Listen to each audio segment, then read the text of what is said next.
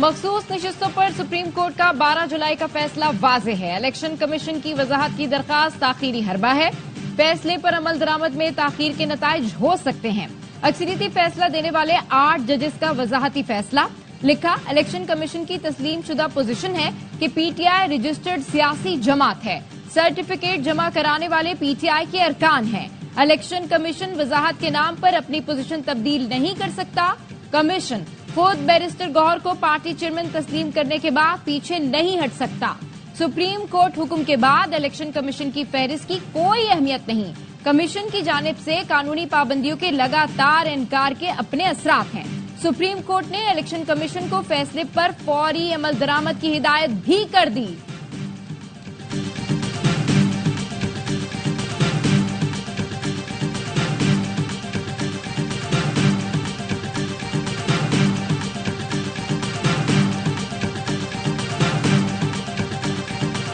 Supreme court फैसले पर अमल दरामद करते हुए इलेक्शन कमीशन किसी ताखीर का जिम्मेदार नहीं। इलेक्शन कमीशन का सुप्रीम कोर्ट के फैसले पर रद्द अमल। जराए इलेक्शन कमीशन का कहना है, सुप्रीम कोर्ट ने मखसूस नशिस्तों पर अपना मुख्तसर फैसला 12 जुलाई को सुनाया था। उसके जवाब में इलेक्शन कमीशन ने कानूनी मुद्दत के अंदर मुतफर्रिक दरख्वास्त दायर की। आईनी इदारों के साथ इस तरह का बर्ताव कतई तौर पर नामुनासिब है। बैरिस्टर गौहर को चेयरमैन पीटीआई तस्लीम करने का तासुर दुरुस्त नहीं। पीटीआई के इंट्रा पार्टी इंतखाबात का मामला अभी तक इलेक्शन कमीशन में ज़ेर गौर है। पीटीआई ने बार बार ताखीरी हरबे इस्तेमाल किए।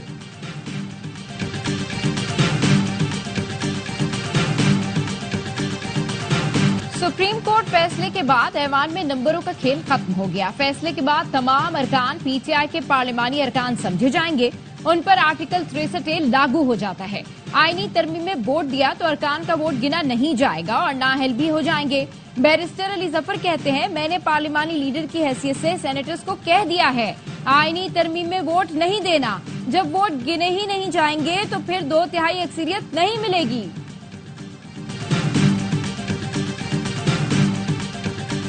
कल टुमारो इज द डे। जी बिल्कुल, मैं ये मंडे को जाएगी बात। नहीं, आई कैन सेफली से and I can confirm that tomorrow is the day. जो अभी तक की कैलकुलेशंस हैं, 2/3 अक्सरियत कंफर्टेबली गवर्नमेंट के पास है। नंबर पूरे हैं, कल तरमीम पेश कर देंगे। पीर तक बात नहीं जाएगी। हुकूमती वोटों के अलावा हमारे पास मजीद 3 अरकान के वोट हैं। बैरिस्टर अकील की सवाल ये है में गुफ्तगू। कहा, आईनी तरामीम का मुसव्वदा कल पहले वफाकी काबीना में पेश किया जाएगा। आईनी तरमीम से मुताल्लिक इत्तेहादियों से गुफ्तगू की गई। मौलाना फजलुर रहमान की तजावीज़ पर गौर किया जा रहा है। बोले, अब भी इस बात पर कायम हूँ कि 41 अरकान आज़ाद हैं। कोई शख्स सर्टिफिकेट जमा कराने के बाद अदालत के जरिए उसे तब्दील नहीं करा सकता। इलेक्शन से मुताल्लिक तमाम मामलात इलेक्शन कमीशन का काम है। सुप्रीम कोर्ट अस खुद किसी को पार्टी सर्टिफिकेट नहीं बांट सकता।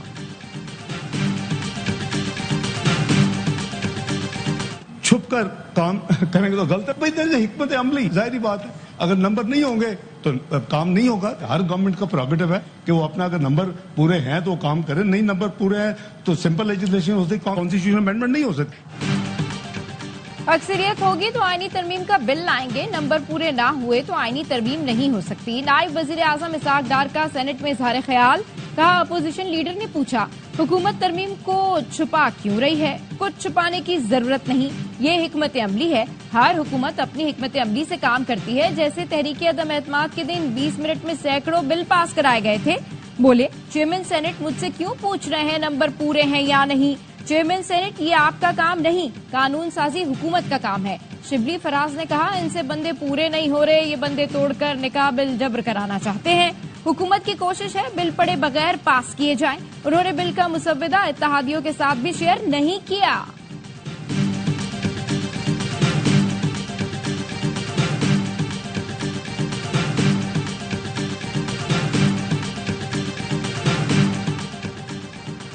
आईनी तरमीम से पहले हुकूमती इत्तेहादियों की बड़ी बैठक। वजीर आजम शहबाज शरीफ का इत्तेहादियों के एजाज में इशाइया। हुकूमती सेनेटर्स और अरकान कौमी असम्बली शरीक। वजीर आजम ने आईनी तरमीम पर अरकान को एतमाद में लिया। हिदायत की कि इजलास में हाजिरी यकीनी बनाई जाए। रात गए। वजीर आजम की मौलाना फजलुर रहमान से भी मुलाकात।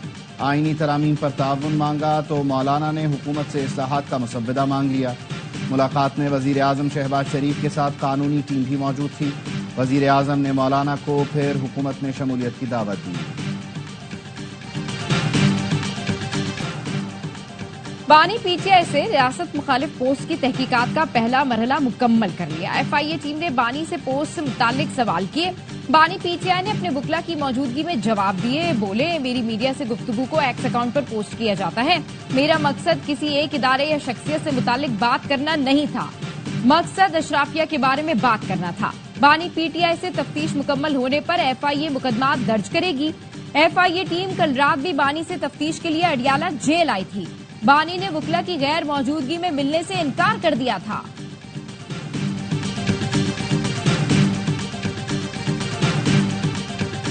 बानी पीटीआई को सोशल मीडिया पोस्ट के नताइज भुगतना होंगे।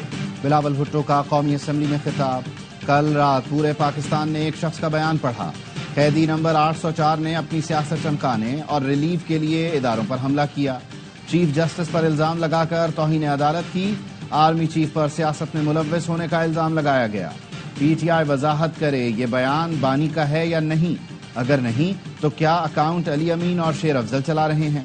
ये जो फॉर्म 47 का रोना रोते हैं, अब जो तहकीकात चल रही हैं, ऐसे बहुत से सबूत सामने आएंगे कि ये अवाम को मुंह दिखाने के काबिल नहीं रहेंगे। अवाम ने साबित कर दिया वो कैदी नंबर 804 के साथ नहीं खड़े। सारे ज़िमनी इंतखाबात में इन्हें शिकस्त हुई।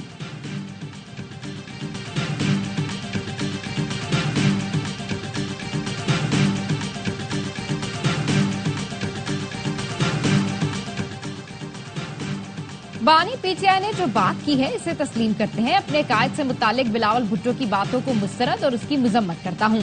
बानी पीटीआई आज भी अपनी एक एक बात पर कायम है। अपोजिशन लीडर उमर अयूब का कौमी असम्बली में इजहार ख्याल। कहा, बिलावल को देखकर 1958 की एक तस्वीर याद आ गई जिसमें बिलावल के नाना जुल्फिकार अली भुट्टो मेरे दादा अयूब खान से वजीर का हल्फ ले रहे हैं। बैरिस्टर गौहर ने कहा, बानी पीटीआई को 70% अवाम की हिमायत हासिल है। जिस दिन बानी ने सड़कों पर आने का कहा तो बांग्लादेश को भूल जाएंगे। चेयरमैन पीपल्स पार्टी बिलावल भुट्टो के पास विजन ही नहीं। पहले ये लाइन तो ड्रॉ करें कि पार्लियामेंट बालादस्त है या कोई और। अगर आगे बढ़ना है तो एक कदम पीछे भी हटना पड़ा तो हटेंगे। हम मामलात को आगे बढ़ाना चाहते हैं।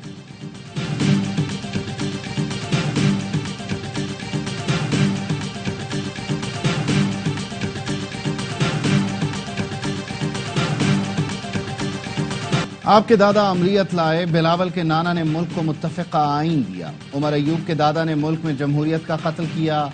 बिलावल के नाना की वजह से आज जमहूरियत मौजूद है और आप पार्लियामेंट में हैं। राजा परवेज अशरफ का अपोजिशन लीडर को जवाब। कहा, बिलावल के नाना ने जमहूरियत के लिए फांसी का तख्ता कबूल किया लेकिन झुके नहीं। आप नफरत बेचने और माहौल खराब करने वाले लोग हैं। हम फौज के पीछे चट्टान की तरह खड़े हैं। ट्वीट किसने किया, ये जवाब दें।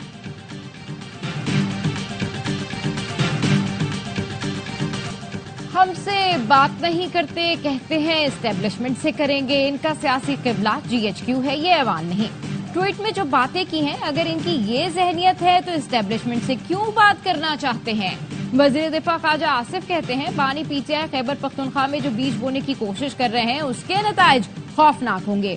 खुदा ना खास्ता कल को ये केपी में जाकर अलहदगी की तहरीक ही ना चला दें। अली अमीन गंडापुर के जरिए डबल गेम हो रही है। पीटीआई ने जो माहौल बनाया उसके बाद मिसाखे पार्लियामान कमेटी का जवाब नहीं रहा। चीफ जस्टिस काजी फैज ईसा को उन्होंने जानबूझकर निशाना बनाया। हो सकता है फैज हमीद गाना गा रहे हों, आजा मेरे बालमा तेरा इंतजार है।